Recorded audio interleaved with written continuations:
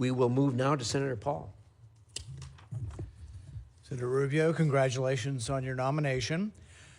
One of the questions that I've asked over time to secretaries of state as well as ambassadors and others from the State Department is, can you name for me instances where sanctions have changed behavior for the better? Now, I'm not going to ask you that question now. I'm going to wait till you come back to ask you. There's a preview of what I'll ask you the next time. But the reason I bring that up is that I think hopefully people think of sanctions as a way of trying to modulate behavior. You want better behavior out of a country. A country's doing something you don't like. You'd like them to change their behavior for better through sanctions. And I think it rarely works. And I think we pile more on. Now, some would say, well, sanctions are just to punish them, and we just want to, Russia invaded Ukraine, we're just punishing them. And so as punishment, they kind of work. I don't think they're deterring Russia's behavior or changing it. But really, sanctions can have effect in a couple of ways. I think the threat of a sanction, the same way the threat of a tariff can have an effect on behavior. But once placed, I think a sanction or a tariff only has effect on someone's behavior if you remove it. Now, you mentioned earlier a little bit about discussing ways to unwind some of the sanctions ultimately on Russia. People mentioned, well, we never want to let them sell energy again. No, you have to let people enter back into the world. That's how you're going to get behavioral changes. And it really will have to be part of the peace. If there is going to be a negotiated peace, the one aspect that makes us part of that war are all the sanctions. And so it really should be offered up of removing that and going back to normalcy when we can find a resolution to the war. I'll give you an example of where I think often the State Department loses its sight of its mission. Instead of being the Department of Diplomacy, which I think it's supposed to be, it becomes just an extension of the Department of War and muscle, and we show how strong we are through the State Department. But really, when bellicose statements come from other parts of the government, I see the State Department as the one that shows up and tries to still have a conversation. In the past, I think because of remarks, you had been banned from travel to China. The ambassador that's been nominated also has had statements that make us question whether or not he'll be received in China if he becomes the ambassador to China. When Blinken and Yellen went to China recently, they decided, and I'm not arguing with the goal was to get China not to sell dual-use parts to Russia to use in the war against Ukraine. A noble goal, I share the goal. But they got to China and they shamed them in public and called them names and told them they're terrible people and they should quit doing it. I would argue that there's another way to try to get behavioral changes. I would argue that the opposite of sanctions is trade. And so we have a lot of sanctions on China.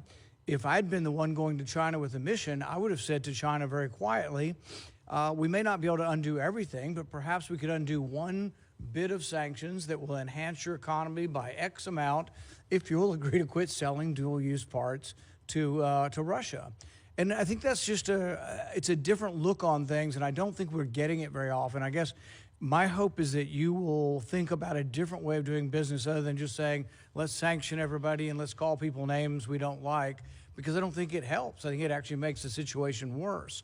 That doesn't mean we curl up in a ball and just say, do whatever you want, but there has to be some give and take. There has to be something we take back. And so I guess my general question to you would be, we know a lot about the stick. We know about sanctions and this and that. Do you see any possibility of any carrot with China to make relations better with China? Well, let me first say, indeed, I've been strongly worded in my views of China. Let me just point out, they've said mean things about me, too. And I'm not sure that they're fans of mine in that regard here. My role now as the Secretary of State is to lead the diplomatic wing of the country, and that will involve engaging them. The fact of the matter is, in a mature and prudent conversation, and I would expect that they, at the end of the day, are also mature and prudent practitioners of foreign policy. They've got 1 billion people and nuclear weapons and a large economy.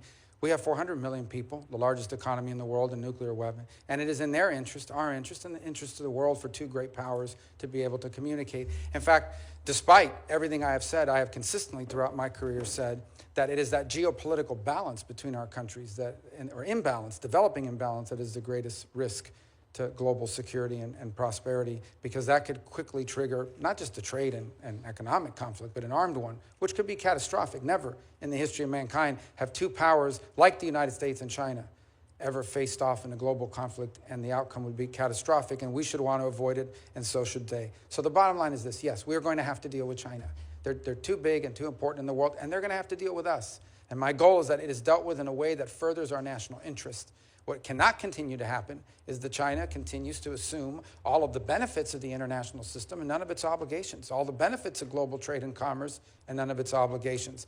Your point on sanctions are important. I think that one of the things that's happened over time is we have adopted this view that we're going to be involved in less armed conflicts, which I think is a positive, generally speaking, right? Most would agree. The only other alternative left in the toolbox then is economic sanctions. And while I do think that you can question whether it has an impact over the changing the behavior of a country, it can achieve two things. The first is it can deny a nation state the resources they could use to fund more of that activity. Let there be no doubt.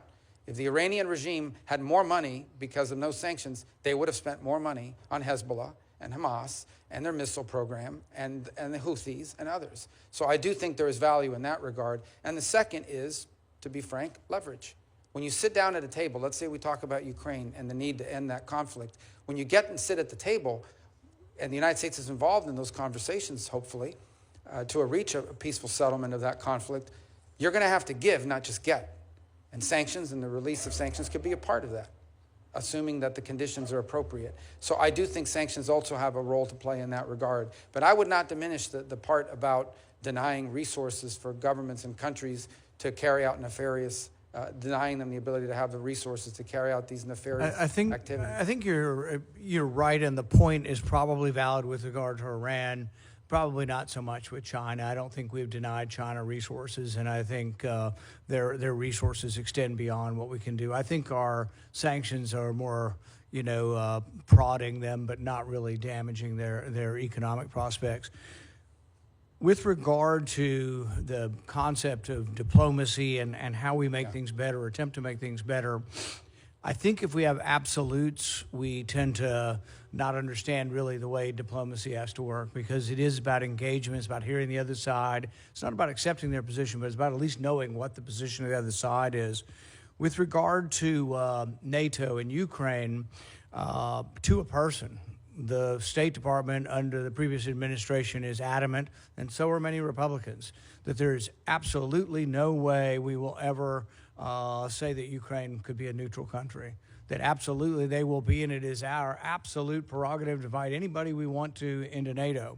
Well, we can say that, and we have the ability to do that, but there are consequences to that, and one of the consequences is that, at least from the Russian perspective, they see that as one of the reasons why the war has developed there. And so I think that if you are looking at peace, you have to look at first you have to get to a ceasefire before you even get to real discussions. But if you had a ceasefire between Russia and Ukraine, I think our sanctions need to be on the table as far as negotiating the removal of them. But I think also the idea of Ukraine being a neutral country as far as a military alliance, if it's not on the table, Ukraine doesn't have that much to offer. I mean, Russia now occupies a good 15-20% of the country. It's been a big bloody war, and they've done it in a sort of World War I fashion, but I don't think they're going anywhere. It is at a stalemate. But the one thing Ukraine has to offer is they won't become part of a military alliance allied against Russia. Just not taking it off the table enhances our ability to negotiate and Ukraine's ability. I think Zelensky's public words have been a little less firm than they had been in the past. But instead, I think we've done the opposite with our diplomacy. Every day, it's Blinken, beating the drums. They absolutely be in Ukraine. Do you think that the concept of a neutral Ukraine, not in NATO, can be part of the negotiations to end the war?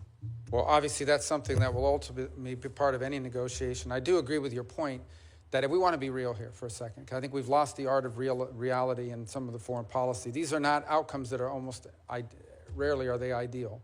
Sadly, in many cases, our choices in foreign policy are a choice between a bad outcome and an even worse outcome.